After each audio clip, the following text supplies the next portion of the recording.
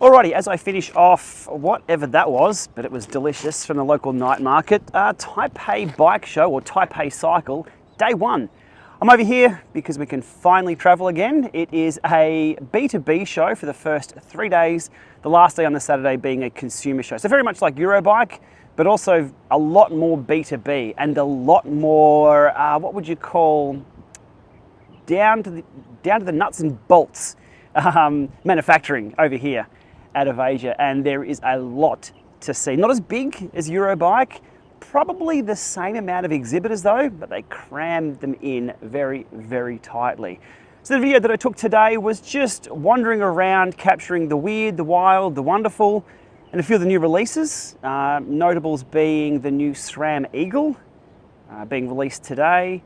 There's the L-Twoo wireless group set that I saw, and a few other things. So captured in B-roll, I'll voice over as I talk through what I see today, but it's hard to capture everything. I'll be here for the next 2 days, Thursday and Friday, leaving late Friday night. So if there's anything that you've seen posted online that you want a closer look at, let me know. But coming up, what I saw today. Starting off with, well, the weird, the wild, the wonderful, and lots of tools.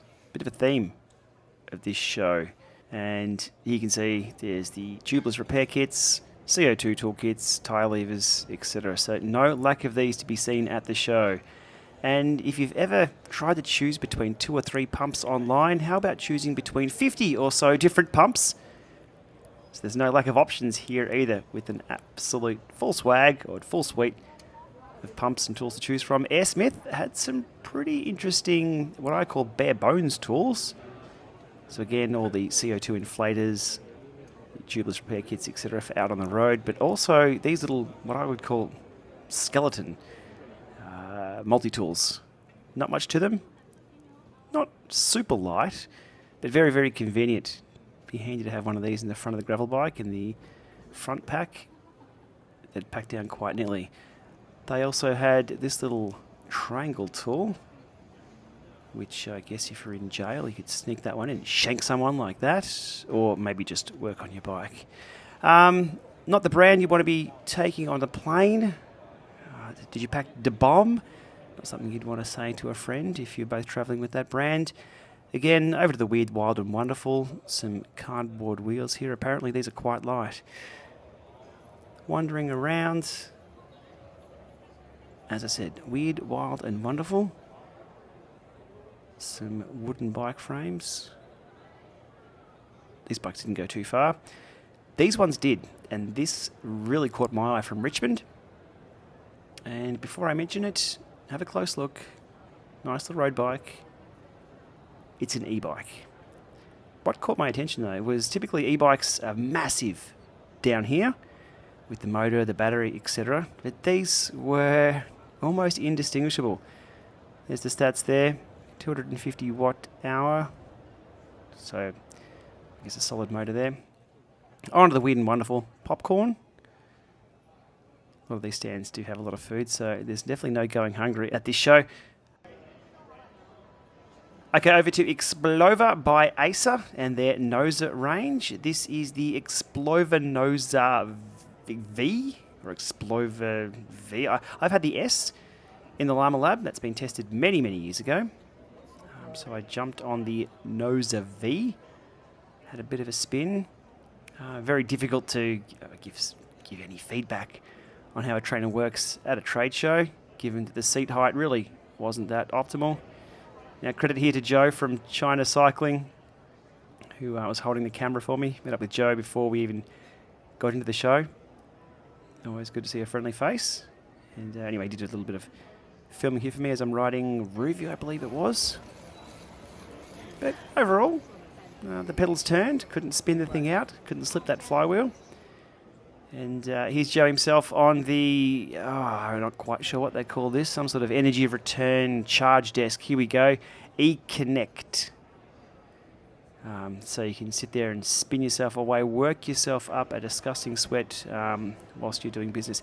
Onto a set of power meter pedals that I haven't seen before. The Cyclor have both a look style and an SPD style power meter pedal. Again, very light on details.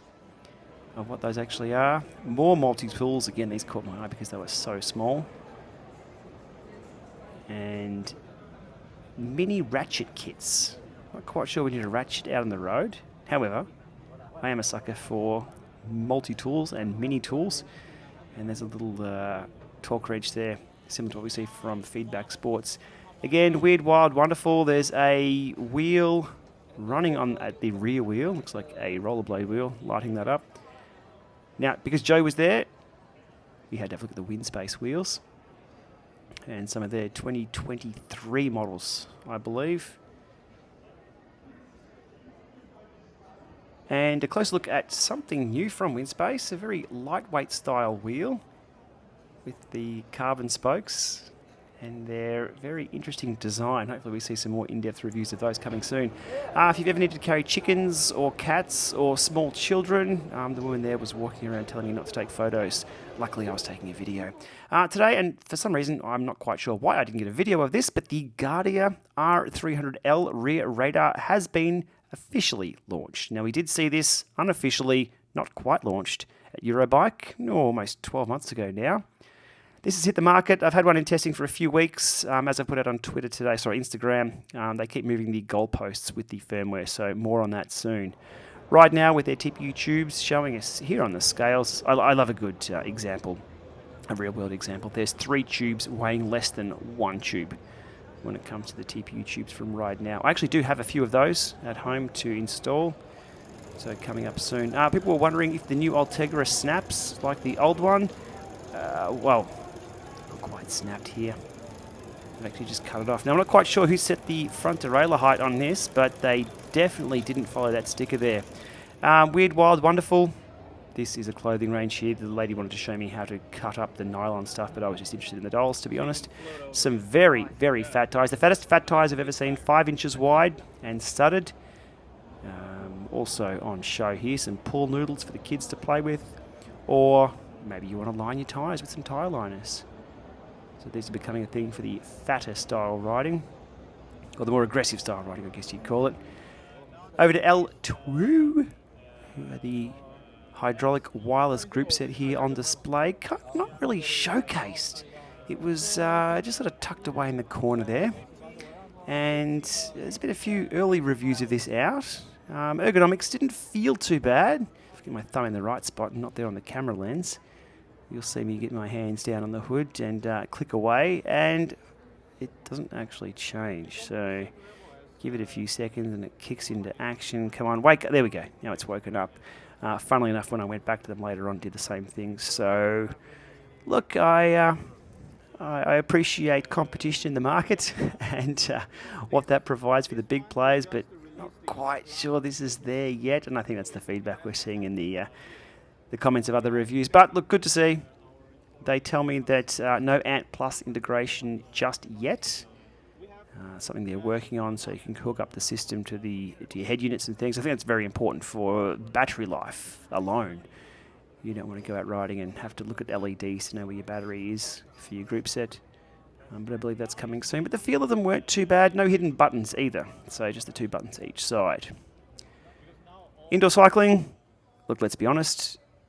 Bit of a ghost town on that. Speaking of indoor cycling, something new here from a company called Nice Bike. This looks very much like a Elite Riser. No steering involved though, just up and down, and there was not much up and down happening as they were debugging things. Over here though, something very, very interesting. Under here is a LiDAR. It's pretty much a parking sensor for a bike. So you can see as I'm moving in and out there, down on that screen as it comes into focus, you'll see that's me moving close and moving far away. Proximity is way too close for this to be used as a radar-style device or something like that, but interesting to see this kind of technology being trialled. There's my hand going in and out on that. T-Socks have a bit of bling on their trainer. And SRAM, yep. New Eagle, not replacing the old Eagle. This is in accompaniment with the UDH. What's UDH all about? Universal Derailleur Hanger. There is no hanger. This thing bolts straight onto your bike frame. So you have to have a compatible bike frame for this to work. Now, a small tidbit of information that I'll share here because we're 10 minutes into the video. If you've ever wondered what a narrow wide chainring means, it means that every second tooth is narrow and every second tooth is wide. SRAM call it X-Sync, but narrow wide, there you go, that's what it's all about. There 4 battery charger on display, as well as the new red rainbow in all its bling. Close look at the new Eagle XX, no 1 on this group set. And a nice blinged up cassette there. Now, talk of the town classified, the internal geared hub, I guess you'd call it, which switches from a 1-to-1 ratio to a 0.7 ratio with a click of a button, and the Bluetooth enabled transceiver there at the back of the bike. Question on everybody's lips is the efficiency. They're claiming 99%. Everyone's claiming, let's see the numbers from an independent source. I had a good chat to those guys today about this. And we'll see what we can do. Over to Joe's Flats. An attention-grabbing display there. And I'll turn the sound up for this one because it'll make you cringe as the dude rides over. Wait for it. Yes, they were nails. And that bike was literally going over the nails and still holding pressure. Quite an impressive display. Good party trick. Don't ride on nails, I think, is the answer there. If you've ever leveled up too quickly on Zwift, this device here will unlevel you on Zwift by backpedaling automatically. So if you're level 60, you want to get back to level 45, that's how you do it. Just kidding. Rappy Lock have a through axle, which turns into a quick axle, but it's still a through axle. Company here with lights on the back of the helmet. Now, unfortunately, they couldn't turn this light up to a few megawatts to zap magpies, but interesting to see what people are doing with helmets there. Difficult to test helmets in Australia with the regulations. On to the new Giant Revolt X Advance Pro. I think the big change here is the fork you see on the front with a little bit of travel. There from Giant. Very nice looking gravel bike, but yeah, if you want to squash the rumours of gravel bikes being 90s mountain bikes, this isn't helping, Giant. It's not helping, but nice bike. They also have their Cadex spaceship on display, which I believe is still the fastest bike on Zwift. If you're riding solo, their wheels. And something else from the Giant group today, the dynamic bike fit setup.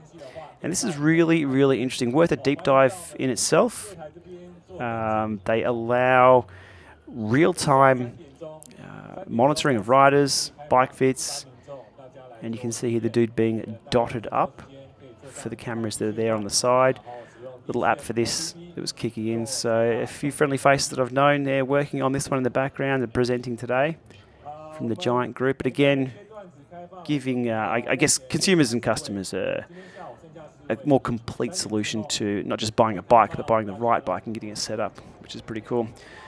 Another trainer here. A lot of trainers you'll never hear of or probably never see from again or hear from again.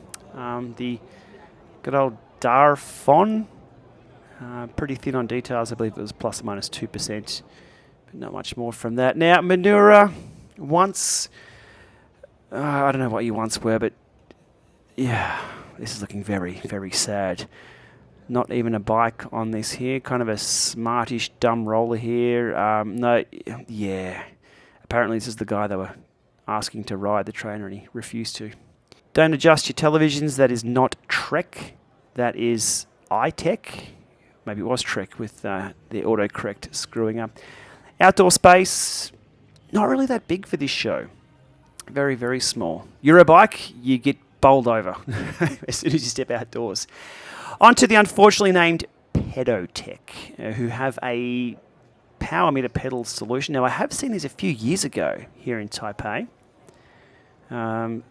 Look style pedal, quite chunky. CR2032 mounted underneath there, so a lot of chunk in these pedals. Stack height into next week, huge. SPD, no different there, almost the same pedal, just with a different cleat and clip in. And camping fans, not forgetting you, yes, Camping YOLO are also here at the show. Okay, so that's it. Day one, done and dusted. The show itself had a very Eurobike feel to it. Lots and lots of by chance meetings with people that I've seen. A lot of Aussies around. Being only a 9-hour flight, it's what I put up on Twitter is not quite a long haul for us, even though technically it's still a long haul flight.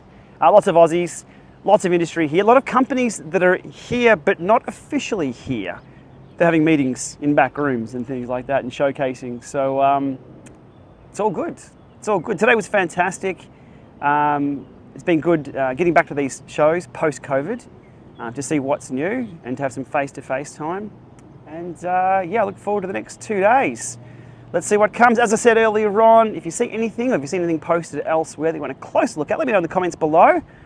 Might be able to drop past and have a closer look. All right, with that, we shall see you hopefully tomorrow.